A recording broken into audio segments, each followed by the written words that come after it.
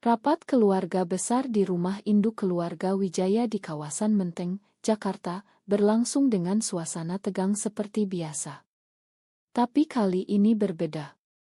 Suara Bapak, Pak Hadi Wijaya, pemimpin perusahaan keluarga Wijaya Property, menggelegar di ruangan itu. Mulai hari ini, Rina sudah mati bagi keluarga ini.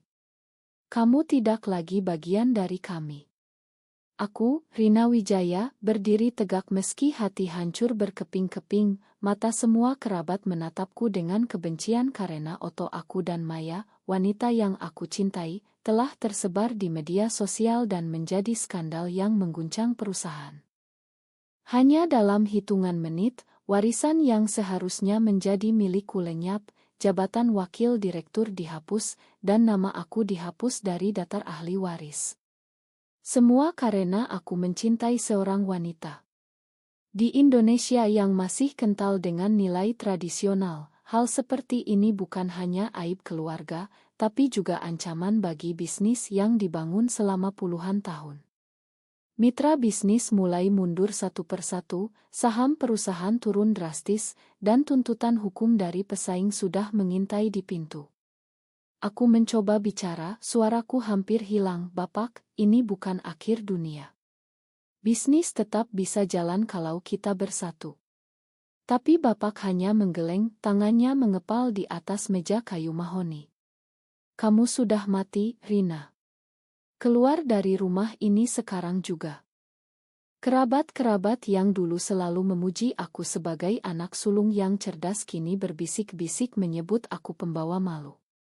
Ibu hanya menunduk, air mata mengalir tanpa suara.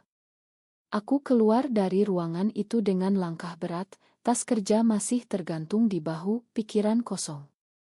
Di luar, hujan deras Jakarta menyambutku. Aku naik taksi tanpa tujuan jelas, tangan gemetar membuka ponsel. Berita sudah meledak, wakil direktur Wijaya Property terlibat skandal lesbian, keluarga putus hubungan. Nama aku, foto aku, semuanya ada di sana. Aku langsung menelepon Maya.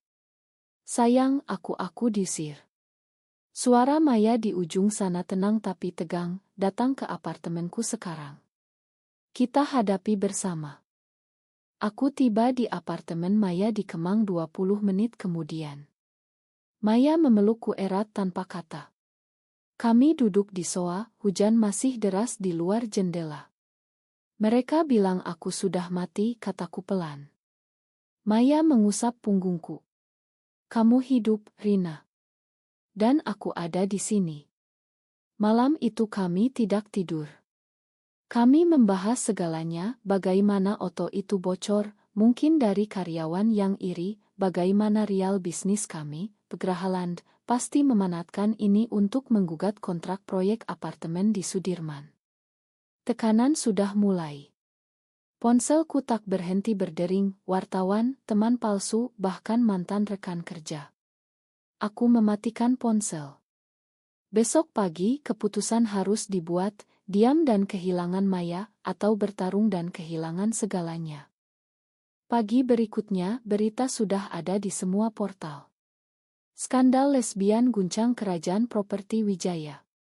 Foto kami berdua di pantai Bali tahun lalu beredar luas. Keluarga langsung mengadakan konferensi pers dadakan tanpa aku. Bapak menyatakan bahwa aku sudah diputuskan hubungan darah dan tidak lagi mewakili perusahaan. Saham turun 18% dalam 1 jam. Aku duduk di apartemen Maya, menonton siaran langsung di televisi. Hati aku seperti diremas. Maya memegang tanganku erat. Kita bisa lari ke luar negeri, katanya pelan. Tapi aku menggeleng. Ini perusahaan yang dibangun kakekku. Aku tidak bisa lari. Siang harinya, 2 orang pengacara keluarga datang ke apartemen. Mereka membawa dokumen pemutusan hak waris resmi. Tanda tangani ini, Bu Rina, dan kita selesaikan secara damai. Aku menolak. Malamnya, ibu datang sendirian, mata bengkak. Rina, tolong pikirkan keluarga. Dengi saja hubungan itu. Katakan itu itnah. Bapak akan makan kamu. Aku menatap ibuku lama. Ibu, aku mencintai Maya. Ini bukan kebohongan. Ibu menangis, tapi tetap pergi dengan tangan kosong.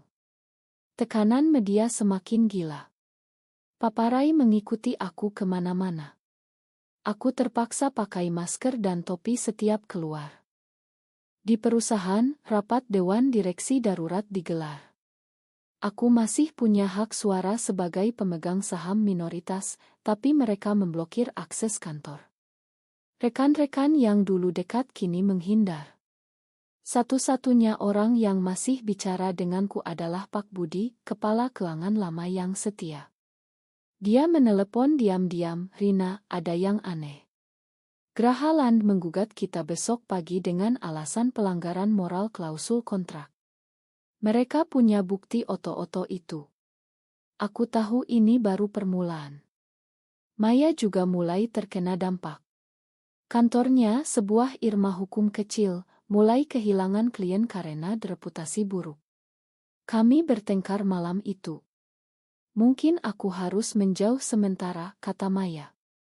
Aku memeluknya. "Jangan. Kalau kita pisah sekarang, mereka menang." Malam itu kami tidur sambil bergandengan, tapi tidur kami gelisah. Besok, pengadilan pertama akan dimulai. Sidang pertama di Pengadilan Negeri Jakarta Pusat berlangsung chaotic. Graha Land menuntut pembatalan kontrak senilai 500 miliar rupiah karena kerugian reputasi akibat skandal aku. Pengacara mereka membawa bukti foto dan chat pribadi yang entah bagaimana bocor. Aku duduk di bangku terdakwa dengan Maya di belakangku. Keluarga Wijaya hadir sebagai saksi, Bapak bahkan bersaksi bahwa aku sudah tidak layak mewakili perusahaan. Wartawan berdesakan di luar ruang sidang.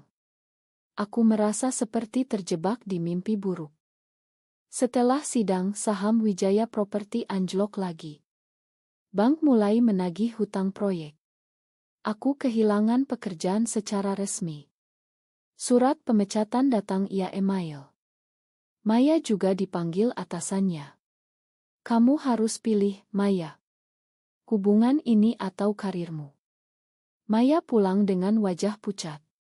Kami duduk di balkon apartemen, angin malam Jakarta bertiup hangat. "Aku tidak mau kehilangan kamu," kataku. Tapi Maya ragu. "Rina, keluargamu benar. Aku cuma menghancurkan hidupmu." Itu adalah malam pertama kami tidur berpisah di ranjang yang sama.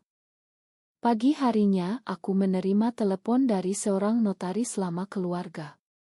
"Bu Rina, ada dokumen rahasia dari almarhumah Ibu Siti, tante Anda. Dia meninggalkan saham untuk Anda secara diam-diam sebelum meninggal 3 tahun lalu. Total 28%. Tapi Anda harus klaim sebelum akhir bulan ini."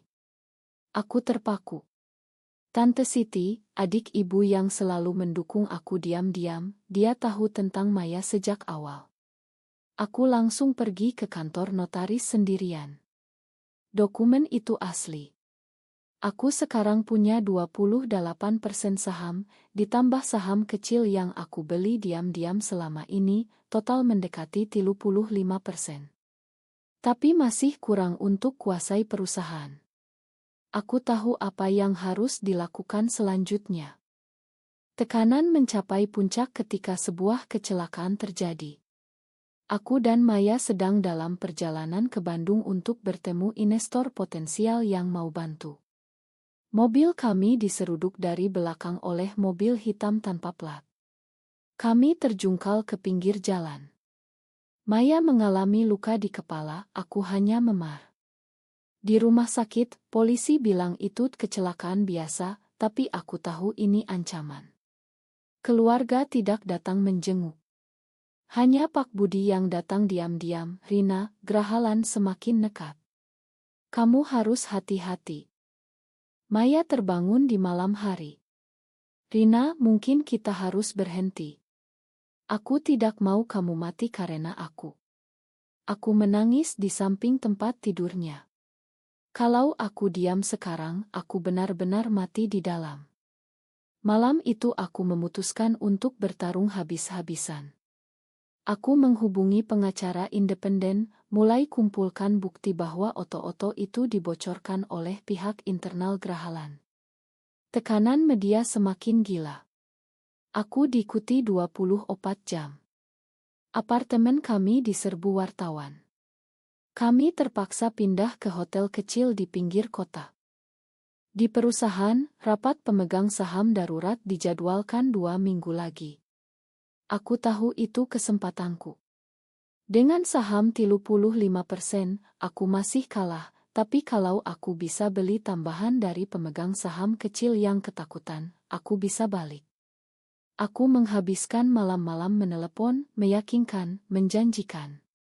Maya mendampingi, meski lukanya masih sakit. Hubungan kami tegang, tapi tetap utuh.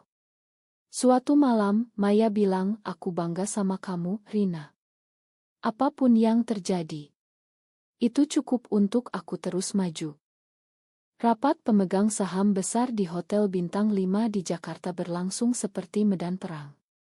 Aku masuk dengan jas hitam, Maya menunggu di luar. Bapak duduk di kursi utama, wajahnya dingin. "Rina, kamu tidak punya hak di sini." Aku tersenyum tipis. "Saya punya 35% saham, Bapak. Dan hari ini saya akan tambah." Satu persatu pemegang saham kecil yang aku hubungi sebelumnya berdiri dan menjual saham mereka padaku. Total aku capai 52%. Ruangan hening. Bapak berdiri, wajahnya pucat. "Ini tidak mungkin." Pengacara aku menjelaskan dokumen demi dokumen. "Tante Siti telah merencanakan ini sejak lama. Aku sekarang pemegang saham terbesar.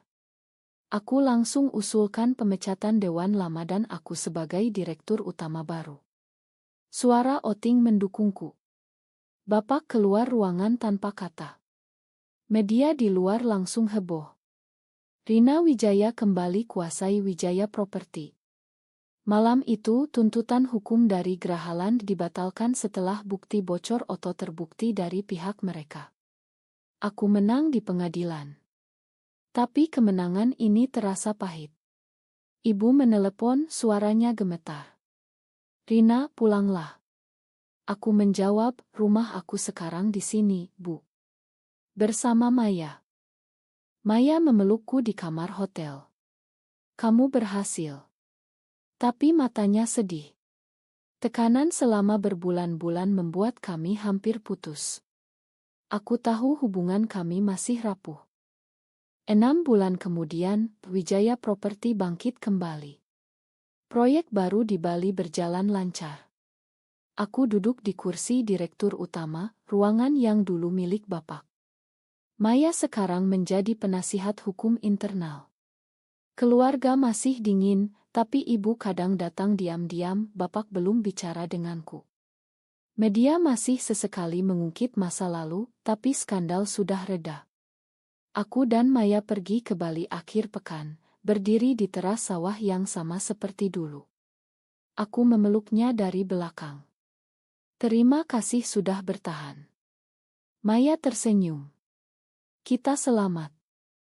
Tapi setiap malam aku masih bertanya-tanya, apakah semua ini layak? Kehilangan keluarga, hampir kehilangan perusahaan, hampir kehilangan Maya. Cinta sesama wanita di negeri ini masih mahal harganya. Aku kembali sebagai pemegang saham terbesar, tapi aku juga kehilangan banyak. Apakah keberanian untuk menjadi diri sendiri selalu membawa kehancuran, atau justru itu yang menyelamatkan masa depan kita? Benarkah atau salah?